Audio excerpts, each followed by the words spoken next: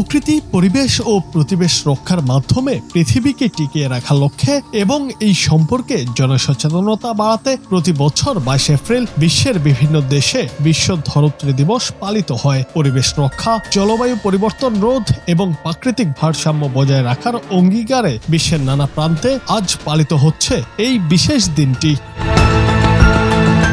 বর্তমান বিশ্ব এখন জলবায়ু পরিবর্তন, জীববৈচিত্র্যের ক্ষয়, বন উজাড়, প্লাস্টিক দূষণ ও অতিরিক্ত কার্বন নির্গমনের চ্যালেঞ্জ মোকাবেলা করছে। বিভিন্ন গবেষণায় দেখা গেছে প্লাস্টিক দূষণে বছরে প্রায় 1 লাখ সামুদ্রিক প্রাণীর মৃত্যু হচ্ছে। বড় প্লাস্টিক চোখে দেখা যায়, এ কারণে পরিবেশ ও স্বাস্থ্যগত বিপদ কেমন হতে পারে সে ধারণা কম বেশি সবারই জানা। তবে ক্ষুদ্রাতি ক্ষুদ্র প্লাস্টিক কণা প্রাণ প্রকৃতিতে নীরবে বিষ ঢাললেও এর ভয়াবহতা আড়ালেই থেকে যাচ্ছে। বিভিন্ন গবেষণায় প্রমাণ মিলেছে লবণ, আটা, চিনি, মাছ, মাটি, বাতাস, নদী, সমুদ্র, এমনকি খাবার পানিতেও রয়েছে মাইক্রোপ্লাস্টিকের অস্তিত্ব।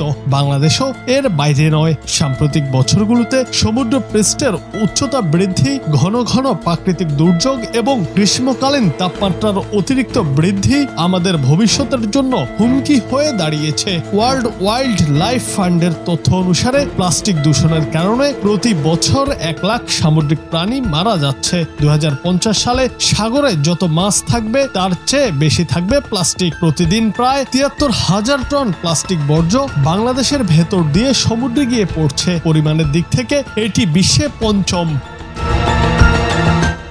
আন্তঃরাষ্ট্রীয় এক গবেষক দল ময়মনসিংহের পুরনো ব্রহ্মপুত্র নদের পানি, মাটি এবং মাছের পেটে মাইক্রোপ্লাস্টিকের উপস্থিতি পেয়েছে। গত 19 এপ্রিল প্রকাশিত এক গবেষণা প্রতিবেদনে বলা হয়, ওই নদের প্রতি বর্গ কিলোমিটার পানিতে 25 লক্ষাধিক ভাসমান কণা এবং তলদেশে প্রতি কেজি মাটিতে 450 কণা মাইক্রোপ্লাস্টিকের অস্তিত্ব মিলেছে। মাছের পেটেও পাওয়া গেছে মাত্রাতিরিক্ত ক্ষুদ্রাতি ক্ষুদ্র প্লাস্টিক। আর গত 25 মার্চ বিজ্ঞান ও প্রযুক্তি মন্ত্রণালয় এবং বিশ্ববিদ্যালয় মঞ্জুরি কমিশনের অর্থায়নে হবিগঞ্জ কৃষি বিশ্ববিদ্যালয় রিসার্চ সিস্টেম পরিচালিত গবেষণায় সেখানকার সুতাং নদের পানিতে মাইক্রোপ্লাস্টিকের অস্তিত্ব খুঁজে পাওয়া গেছে। এমনকি হাওড়ের ধানেও মাইক্রোপ্লাস্টিক থাকার কথা বলেছেন গবেষকরা। পরিবেশ, বন ও জলবায়ু পরিবর্তন মন্ত্রণালয় এবং প্রাণী সম্পদ মন্ত্রণালয়ের উপদেষ্টা সৈয়দা রিজওয়ানা হাসান জানান, সরকার চেষ্টা করছে একবার ব্যবহার্য প্লাস্টিকের ক্রমবর্ধমান ব্যবহার থেকে মানুষকে সরিয়ে আনতে।